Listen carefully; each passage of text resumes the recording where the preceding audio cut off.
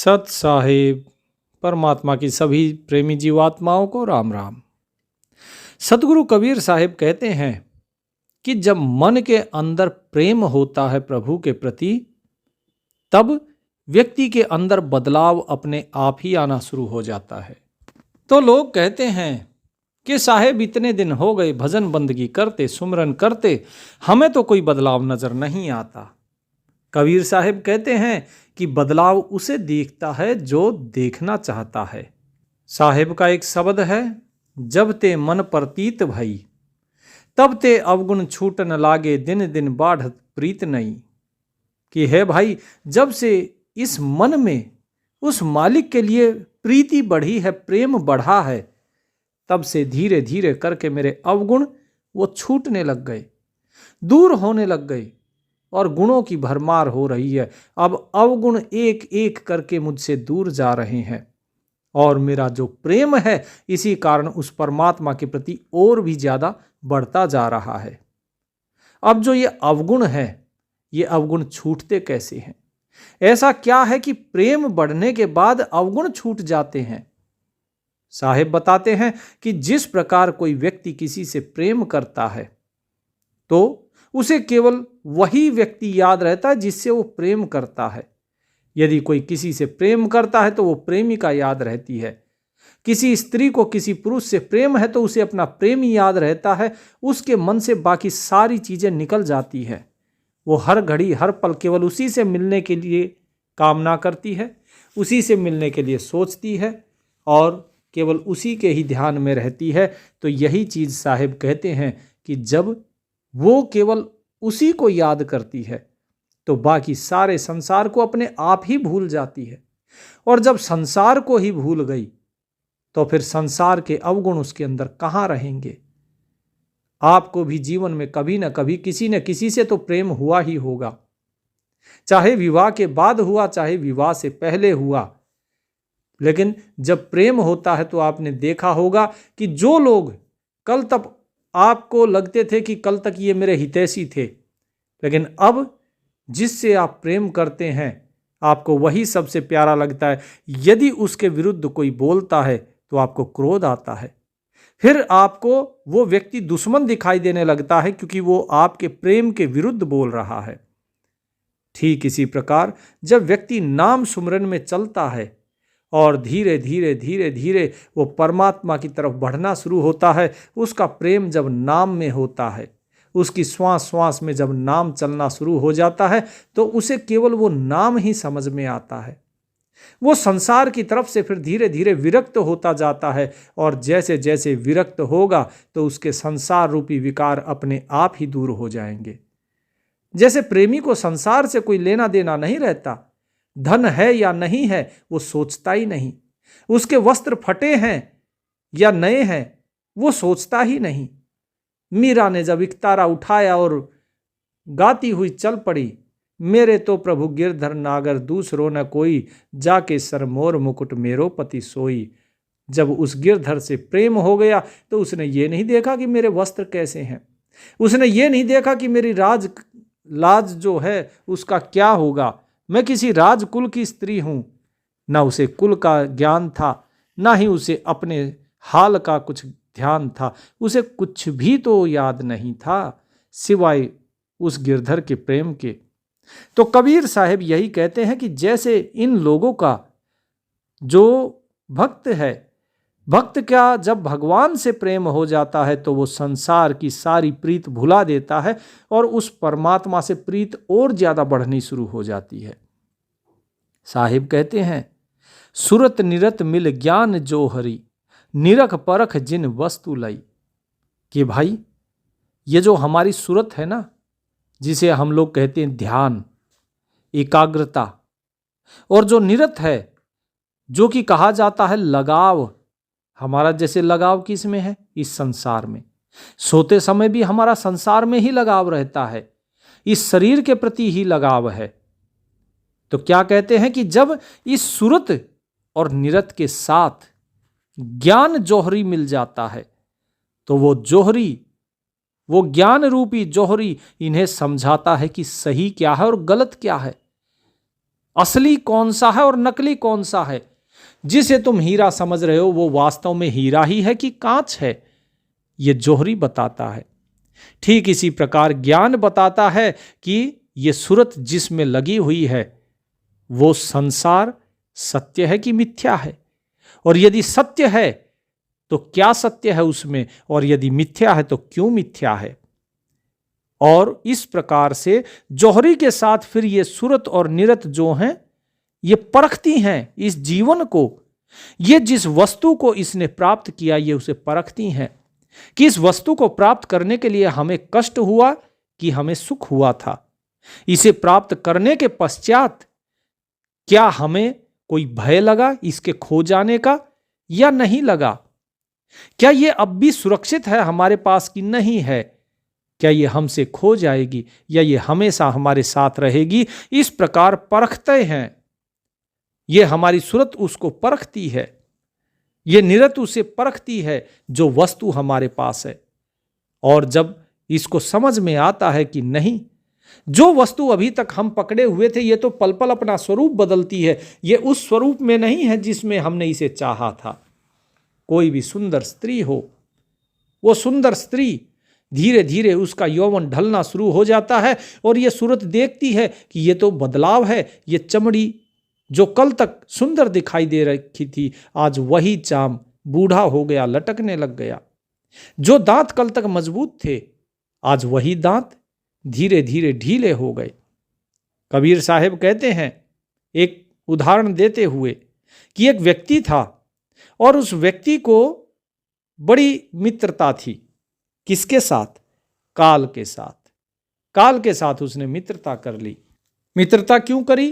क्योंकि उसे काल से बड़ा डर लगता था, वो मरना नहीं चाहता था। तो उसने अपने मित्र काल से कहा कि मित्र, तुम किसी को भी नहीं छोड़ते हो ना, तो इसी प्रकार किसी न किसी दिन तुम मुझे भी मार डालोगे, मैं भी किसी न किसी दिन तुम्हारी गाल में समा जाऊंगा।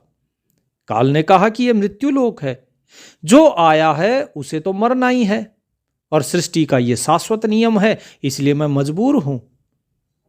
पर तुम मित्र हो मेरे, इसलिए मैं इतनी रियायत तुम्हें कर सकता हूं और करूंगा भी कि मुझसे क्या आशा रखते हो वो तुम मुझको बता दो, फिर कितनी रियायत कर सकता हूं वो मैं करूंगा।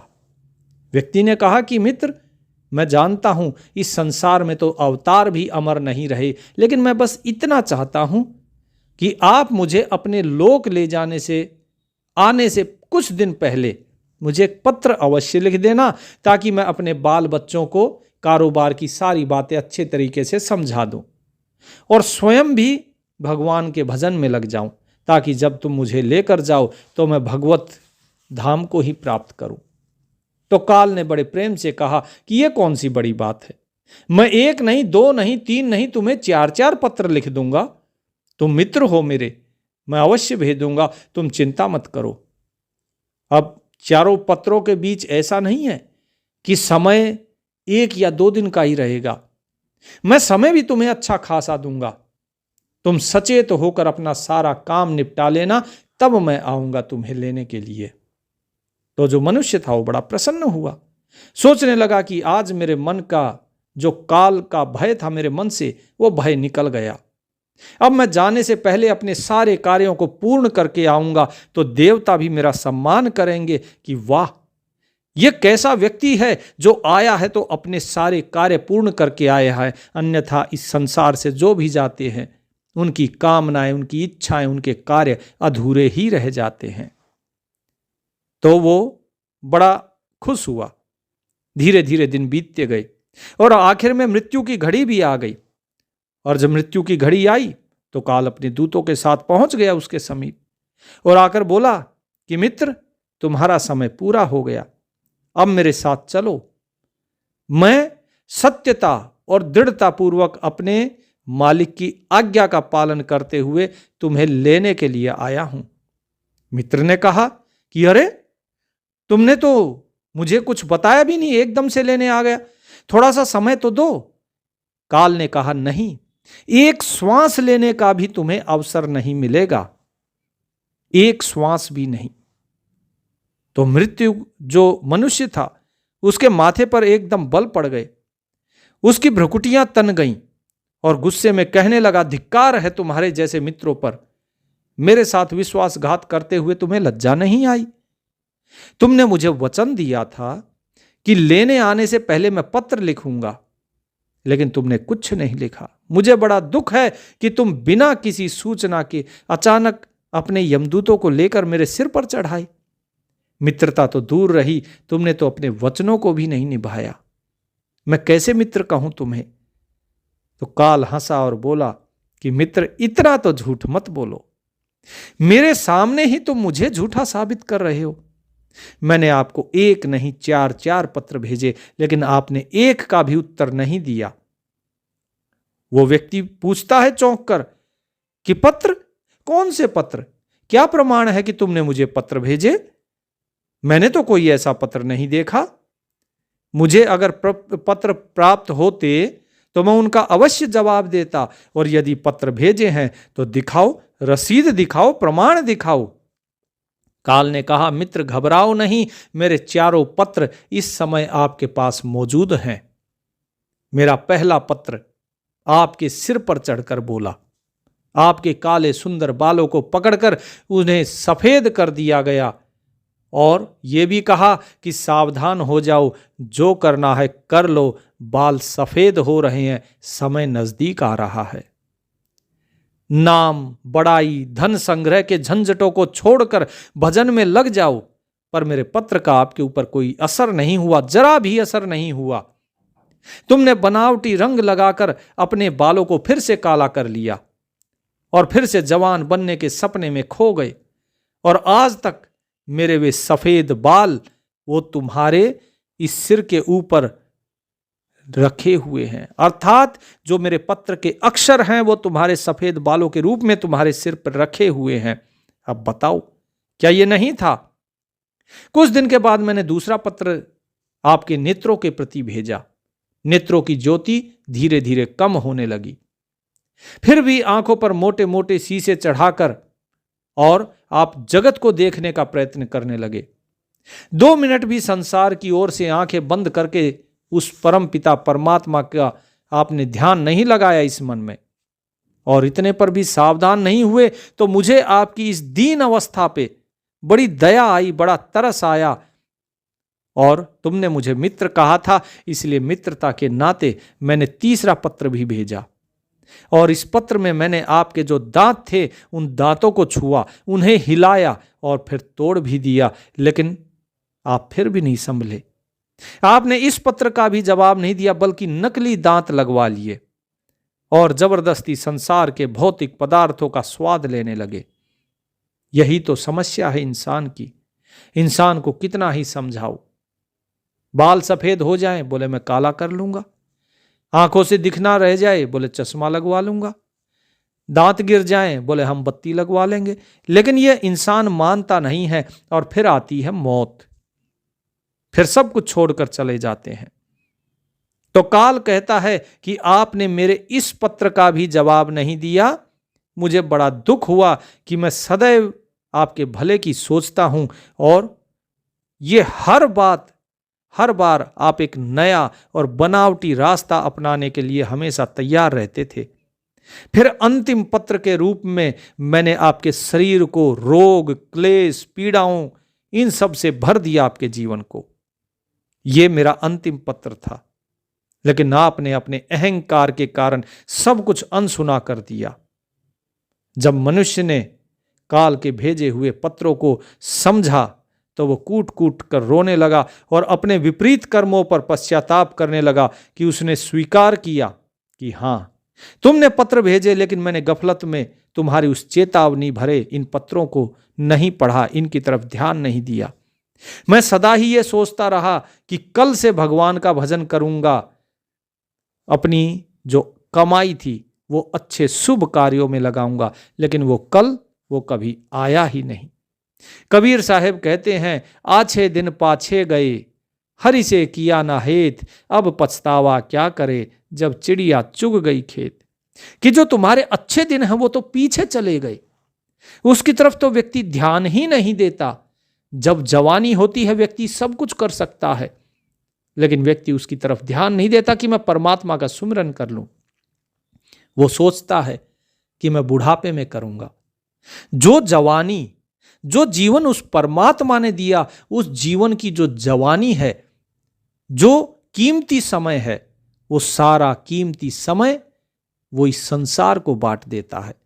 और जो कंकर पत्थर रूपी जो बुढ़ापा रह जाता है, जब इंद्रियां शिथिल हो जाती है, शरीर जवाब दे जाता है, जीभ तुतलाने लगती है, व्यक्ति कुछ भी नहीं ढंग से कर पाता, पराधीन हो जाता है, रोग उसे घेर लेते हैं, तब वो भजन कैसे करेगा भगवान का, जरा सोचिए। तो साहिब कहते हैं कि भाई काल ने भी यही उसको समझाया कि आज तक तुमने जो कुछ भी किया, राग रंग स्वार्थ भोग, इन सब के लिए किया, जानबूझकर।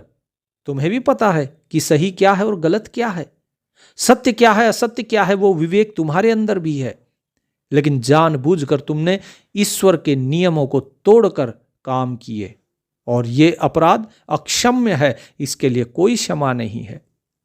मनुष्य को जब अपनी बातों से काम बनता नजर नहीं आता तो वो क्या करता है, वो धन का लोभ देता है। तो इस व्यक्ति ने भी काल को करोड़ों की संपत्ति के धन का लोभ दिया, लेकिन काल ने हंसकर कहा, मित्र ये मेरे लिए धूल से अधिक और कुछ भी नहीं। धन दौलत शोहरत सत्ता, ये सब लोभ संसारी लोगों को वश में कर सकता है, मुझे वश में नहीं कर सकता। कबीर साहिब कहते हैं, कबीर सो धन संचिए, जो आगे को होए, शीश चढ़ाए गाठरी, ले जात न देखा कोई। कि भाई अगर धन जोड़ना है, धन का संचय करना है, कमाना है, तो वो धन कमाओ, उस धन का संग्रह करो जो आगे की यात्रा में तुम्हारे लिए सफल होगा, सुगम होगा, जो तुम्हारे लिए लाभकारी हो। क्योंकि इस संसार से हमने आज तक किसी को अपने धन की गठरी लाद कर इस संसार से जाते हुए नहीं देखा। वो सारा धन यहीं छोड़ जाता है। जिन लोगों के लिए वो कमाता है वो लोग यहीं रह जाते हैं, जिस चीज के लिए वो मरता रहता है वो चीजें भी यहीं रह जाती है, वो धन भी यहीं रह जाता है जिसके लिए उसने अपना सारा जीवन बर्बाद कर दिया। मनुष्य पूछता है, क्या कोई ऐसी वस्तु नहीं जो तुम्हें प्रिय हो, जिससे तुम्हें लुभाया जा सके? ऐसा कैसे हो सकता है? तो काल ने कहा कि यदि तुम मुझे लुभाना ही चाहते थे तो सच्चाई और शुभ कर्मों का धन उसका संग्रह करते, नाम का सुमिरन करते, क्योंकि नाम जिसके पास है उसको तो मैं भी हाथ नहीं लगा सकता। ये ऐसा धन है जिसके आगे मैं विवश हो जाता हूं, अपने निर्णय पर पुनर्विचार करने को बाध्य हो सकता हूं, पर तुम्हारे पास तो ये धन धेले भर का भी नहीं है। तुम्हारे ये सारे रुपए पैसे जमीन जायदाद तिजोरी में जमा धन संपत्ति ये सब यहीं छूट जाएगा। मेरे साथ तुम भी उसी प्रकार निर्वस्त्र जाओगे जैसे तुम निर्वस्त्र इस संसार में आए थे। काल ने जब मनुष्य की ये बात सुनी तो वो रोने लगा, सभी संबंधियों को पुकारा। सभी संबंधी आते हैं और उसको पकड़ लेते हैं, बोले क्या हुआ, क्यों चिल्ला रहे हो? वो कहता है मेरी मृत्यु का समय आ गया, मुझे अब जाना है। वो सभी कहते हैं नहीं, चिंता मत करो, कुछ नहीं होगा, हम तुम्हें कुछ नहीं होने देंगे, हम तुम्हारा इलाज करवाएंगे। लेकिन जो काल है, काल उसे ले जाता है। कबीर साहिब कहते हैं, आस पास जोधा खड़े सभी बजावे गाल, बीच महल से ले गया ऐसा काल कराल। कि ये तो एक सामान्य मनुष्य की बात है। सिकंदर जिसने इस संसार आधी दुनिया को जीत लिया, वो सिकंदर भी संसार से खाली हाथ गया। उसके आसपास योद्धा थे, इतने वैद्य थे, चिकित्सक थे, लेकिन कोई उसे नहीं बचा पाया। वो बीच महल से उसे उठाकर ले गया। तो कबीर साहिब कहते हैं कि ये काल ये बड़ी गहरी बात बताता है कि एक ही सत्य है जो अटल है, और वो ये है कि एक दिन हमें मरना जरूर है। हम जीवन में कितनी दौलत जमा करेंगे, कितनी शोहरत पाएंगे, कैसी संतान होगी, ये सब अनिश्चित होता है, समय के गर्भ में छुपा होता है, परंतु हम मरेंगे ये एक दिन अवश्य होना है। ये बात जन्म के साथ ही हमें पता होती है, इसीलिए व्यक्ति को उसी की तैयारी करनी चाहिए। लेकिन हम जीने की तैयारी करते हैं, जबकि तैयारी मरने की करनी थी। जी तो आप वैसे भी रहे हैं। तो साहेब यही कहते हैं, सुरत निरत मिल ज्ञान जोहरी निरख परख जिन वस्तु लई, कि ज्ञान रूपी जौहरी के साथ जब ये सुरत निरत मिल जाती हैं, तब ये परखती हैं, उन चीजों को देखती और परखती हैं जो इसने इस संसार में ग्रहण करी। उसने क्या ग्रहण किया? उसने नाम लिया, या उसने इस नाम के बदले दाम को चुना, धन को चुना, वैभव संपत्ति को चुना। कोई भी व्यक्ति हो, चाहे वो करोड़ कमाता हो और दूसरा व्यक्ति चाहे 1000 कमाता हो सकता है कि करोड़ वाला दुखी रहे लेकिन 1000 वाला सुखी रहे, क्योंकि सुख कभी धन से नहीं नापा जाता। सुख तो एक भावना है, ये सब कुछ भाव है, ये सारा संसार ही भाव पे चल रहा है, लेकिन संसार इस भाव को धन से जोड़ देता है और यही उसके कष्टों का कारण है। लेकिन कबीर साहब कहते हैं कि मैंने जो सौदा किया है, वो सौदा मैंने धन का नहीं किया, मैंने इस दाम का सौदा नहीं, मैंने नाम का सौदा किया है, अपनी श्वासों का सौदा किया है इस नाम के लिए। थोड़ी बनज बहुत होए बाढ़ी उपजन लागे लालमई, कि थोड़ा सा सौदा किया मैंने, लेकिन ये थोड़ा सा ही सौदा धीरे धीरे बढ़ता ही चला गया। मैंने केवल नाम लिया, किस चीज के बदले? अपनी श्वासों के बदले। और बदले में मुझे गुरुदेव ने इस नाम के माध्यम से उस परमात्मा के साथ एक कर दिया। कहां तो एक नाम ले रहा था और कहां पूरा का पूरा परमात्मा ही मेरे साथ एक हो गया और मैं उसके अंदर समा गया।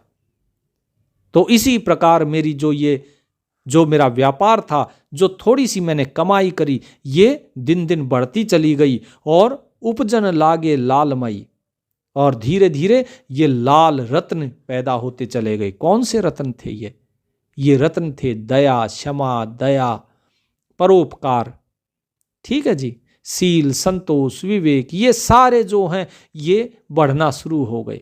धैर्य बढ़ा, सहज बढ़ा, प्रेम बढ़ा, और जब प्रेम बढ़ा तो उसके बाद धीरे धीरे वो परमात्मा स्वयं ही मेरे साथ एक हो गया और मुझे अपने साथ एक कर लिया। तो साहिब कहते हैं कि भाई जो मैंने किया वो आप भी करो, क्योंकि जो मेरे लिए सुगम है वो आपके लिए भी है। अगम निगम तू खोज निरंतर सत्य नाम गुरु मूल दई, कहें कबीर साध की संगत हुती विकार सो छूट गई। कि जो अगम निगम, जो अगम से भी अगम है, जो निगम है, जिसे कोई ढूंढ नहीं सकता, जहां जाया नहीं जा सकता, बोले उसको निरंतर खोजो और उसको खोजने का रास्ता तुम्हें गुरु देंगे सत्य नाम के द्वारा। वो जो सत्य नाम है वही मूल है तुम्हारी इस भक्ति का, वहीं से भक्ति शुरू होती है और उसी मूल से जब तुम निज स्वरूप को जानोगे वो तुम्हारा मध्य है और अंत है जब उस परमात्मा के साथ एक हो जाओगे। बहुत से लोग अलग अलग चीज़ों को सोचते हैं, सत्य नाम कुछ और है, कोई कुछ सत्य नाम मानता है, कोई सोचता है कि सत्य नाम कहा है तो केवल सतनाम इस प्रकार से जपना है। नहीं, ये गुरु के द्वारा दिया गया वो नाम है जिसके पीछे भाव छुपा होता है।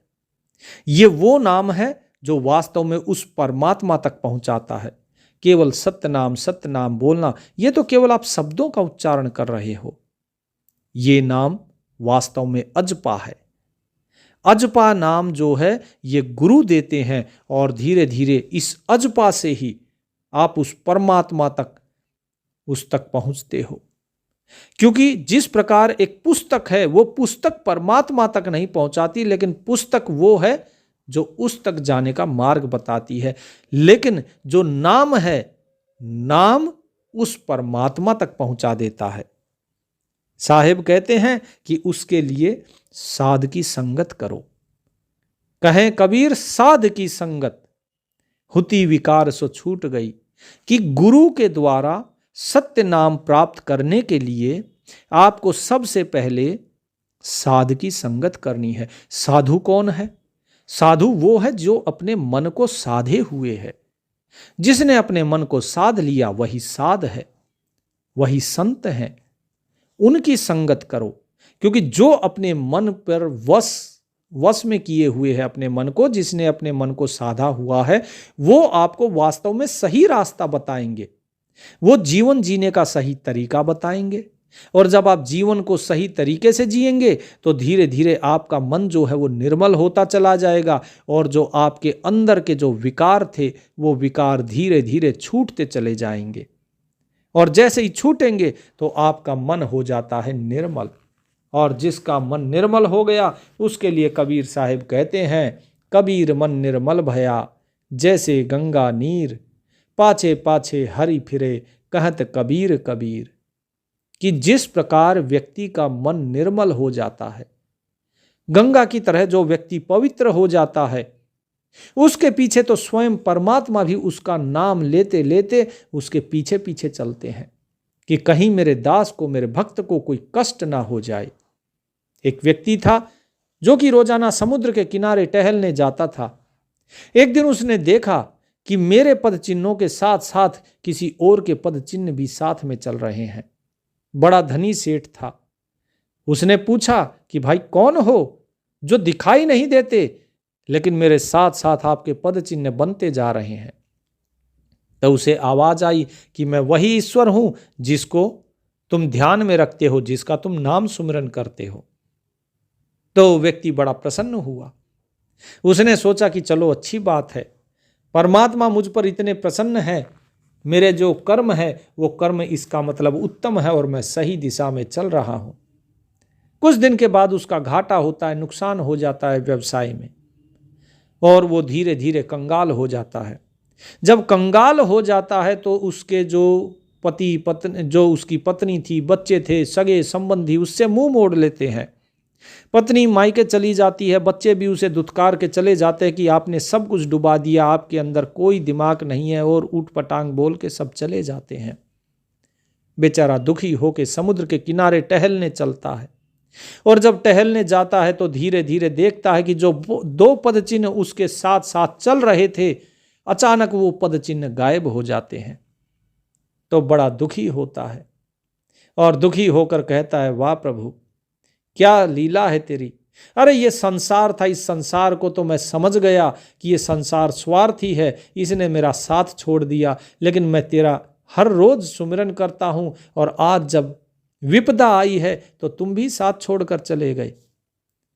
तो कुछ दिन के बाद उसका वही व्यवसाय जो डूब गया था, धीरे धीरे वो फिर से उभरना शुरू होता है। वो कंगाल हो गया था, वो फिर से शून्य से शुरुआत करता है, और फिर से वो वही सेठ, वैसा ही बल्कि उससे भी अधिक धन उसके पास हो जाता है। फिर उसके सारे जो बीवी बच्चे रिश्तेदार सब उसके पास भागे भागे आते थे, बोले हमें पता था तू एक दिन कुछ ना कुछ जरूर करेगा, ये बीच में उतार चढ़ाव तो चलता रहता था, लेकिन हम जानते थे कि तू जरूर कुछ करेगा। लेकिन उसने संसार के लोगों का जो असली चरित्र है वो देख लिया था, इसलिए वो उनकी बातों में नहीं आया। वो वापस आता है और शाम की तरह टहलने निकलता है समुद्र के किनारे, तो वहां पर देखता है कि उसके पद चिन्ह जो थे उनके साथ साथ फिर धीरे धीरे वे दूसरे पद चिन्ह भी चलने शुरू हो गए, आने शुरू हो गए। तो वो कहता है, वाह प्रभु, जब मेरे ऊपर विपदा पड़ी तो संसार की तरह तुम भी मेरा साथ छोड़कर चले गए, और आज जब मेरे पास फिर से पहले से भी अधिक धन और वैभव आ गया और ये संसार मेरे पास वापस लौट आया, तो तुम भी लौट आए। क्या फर्क है तुम में और इस संसार में? मैंने तुम्हारा सुमिरन किया इस संसार को छोड़कर, और तुम भी मुझे छोड़कर चले गए। तो प्रभु ने कहा कि बालक, तू ये मत सोच कि मैं तुझे छोड़कर चला गया। याद रख, जब ये संसार तुझे छोड़कर चला गया था, तू इतने गहरे दुख में था कि तुझसे दुख बर्दाश्त नहीं होता, चलने की तेरी क्षमता नहीं थी। उस वक्त जो 2 कदम तू देख रहा था वो तेरे नहीं थे, वो मेरे थे, क्योंकि तुझे तो मैं अपनी गोद में उठाए हुआ था। तुझे ध्यान ही नहीं है कि मैं उस समय भी तेरे साथ था, क्योंकि तूने मेरा सुमिरन किया। और जो एक बार मेरी तरफ एक कदम बढ़ाता है, मैं उसकी तरफ 10 कदम बढ़ाता हूं, और जिसका हाथ मैंने एक बार थाम लिया, फिर मैं उसका हाथ कभी नहीं छोड़ता हूं। तुम्हारा विश्वास मुझ में था, तो मैंने भी उस विश्वास की लाज रखी। तो उस भक्त को अपनी गलती का एहसास हुआ, तो उसने क्षमा मांगी प्रभु से। प्रभु ने कहा, कोई बात नहीं, तुम्हारा हृदय निर्मल था, तुमने अपने मन की बात कह दी, लेकिन जिसके मन में काला होता है वो मन की बात भी नहीं कहता, वो अंदर ही अंदर परमात्मा को कोसता रहता है। तो कबीर साहब यही कहते हैं कि जब साधकी संगत में बैठते हो और गुरुदेव नाम देते हैं, तो मन के जितने विकार होते हैं वो दूर हो जाते हैं और मन निर्मल हो जाता है। और जब मन निर्मल हो गया तो स्वयं परमात्मा उसके पीछे पीछे चलते हैं, उसका नाम पुकारते पुकारते। जिस प्रकार अभी ये आपको एक घटना सुनाई, तो इसी प्रकार आप भी परमात्मा का नाम सुमिरन कीजिए। इस संसार के इस भ्रम जाल को सत्य मत समझिए। आज नहीं तो कल ये तो नष्ट होना ही होना है। तो उस परमात्मा, वो मालिक जो आपका इंतजार कर रहा है कि कब आप उसकी तरफ एक कदम बढ़ाओ, तो वो आपकी तरफ 10 कदम बढ़ाने को तैयार है। आप अपना हाथ उठाओ तो सही, फिर वो आपका हाथ पकड़ लेगा। उसके बाद ये संसार आपको बेशक खींचता रहे, नीचे टांग आपकी खींचता रहे, लेकिन वो नहीं छोड़ेगा आपको। फिर आप इस संसार में नहीं गिरोगे। जब तक आप उसका हाथ पकड़े हो, आप इस संसार में नहीं गिरोगे। लेकिन यदि आप ही उसे छोड़ दोगे तो वो बेचारा क्या करेगा। इसीलिए कोई भी इस प्रकार का गलती ना करें। आप लोगों को नामदान के नियम बताए गए हैं, किस प्रकार से नामदान लेना है, कौन सा नाम सुमिरन करना है, उसके पीछे का भाव क्या है, उसको जाप करने की सही विधि क्या है। नाम के एक नहीं, दो नहीं, तीन भेद होते हैं। उन तीनों भेदों को प्राप्त किए बिना मुक्ति नहीं होती। जब तक उन भेदों को प्राप्त नहीं करेंगे तब तक कल्याण नहीं होता है। संसार में ही व्यक्ति फंसा रह जाता है, क्योंकि जो नाम है लोग उसे जाप करते हैं, वो तो केवल शब्द है। उस शब्द के आगे उसकी जो शक्ति है, उस शक्ति को भी तो प्राप्त करना होता है। आप में से बहुत से लोग हमारे साथ गहराई से जुड़ना चाहते हैं अध्यात्म में। अगर ऐसे लोग ये सत्संग सुन रहे हैं तो आप हमारा जो मेंबरशिप है उससे जुड़ सकते हैं। ज्वाइन का बटन आ रहा होगा, उस बटन को क्लिक करके और हमारा मेंबरशिप ले सकते हैं, जहां पर आपको और भी अधिक गहराई से नाम की साधना बताई जाएगी। आपको काम बताए जाएंगे, जो काम आपको करने हैं, क्या आपको नहीं करना, वो सारे नियम भी आपको बताए जाएंगे। इतना ही नहीं, जिन मेंबरशिप वालों को हमने काम दिया था जरना का, उम्मीद करता हूं कि वो लोग भी उसी प्रकार से अभ्यास कर रहे होंगे जैसे बताया गया है। और यदि नहीं किया है तो कृपया करें। 1 हफ्ते का आपको समय दिया गया था, उस 1 हफ्ते के समय में उम्मीद करता हूं आप लोगों ने इस जरना का अभ्यास किया होगा। तो हम जब अगली बार सत्संग करेंगे तो उसमें आपसे ये प्रश्न पूछा जाएगा। उसमें से धीरे धीरे जब आप करते रहेंगे अभ्यास, तो ही आपके मन का ये मैल दूर होगा। क्योंकि जब तक आप साबुन रगड़ेंगे नहीं मैल के ऊपर, पानी से धोएंगे नहीं, वो मैल जाएगा कैसे। तो ये जो अभ्यास आपको बताया जाता है, ये वही पानी है जो बार बार आपको डालना है और ज्ञान का साबुन लगाना है। ज्ञान का साबुन, सत्संग का पानी, इसी से आपका कल्याण होगा। और नाम सुमिरन, उसका भेद तो बता ही दिया है। अगला भेद आपको तब बताया जाएगा जब आप इसमें निपुण हो जाओगे, क्योंकि वो भेद बड़ा गहरा है। तो उसको जानने के लिए आपको ये सारे काम करने होंगे जो आपको बताए जा रहे हैं। परमात्मा आप सभी का कल्याण करें। सत साहिब।